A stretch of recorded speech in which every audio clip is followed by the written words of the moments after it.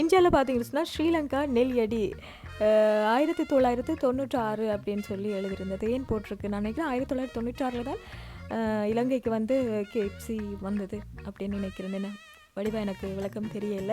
இந்தியாவில் பார்த்தீங்கன்னு சொன்னால் நான் கீழே காட்டுறேன்னு பாருங்கள். மேல் மாடியில் நிற்கிறதால வந்து கீழே எப்படி இருக்குன்னு நான் காட்டுறேன். சரி, யாழ்ப்பாண ரோட் அப்படியே நேராக போனால் நாங்கள் யாழ்ப்பாண ரோட் வடிவாக காட்டுறேன் பாருங்கள். கொஞ்சம் கிட்ட போய் இப்போ நேரம் பார்த்தீங்கன்னு சொன்னால் ஒரு 5:30 மணி இருக்கும். நல்லா இருக்குது.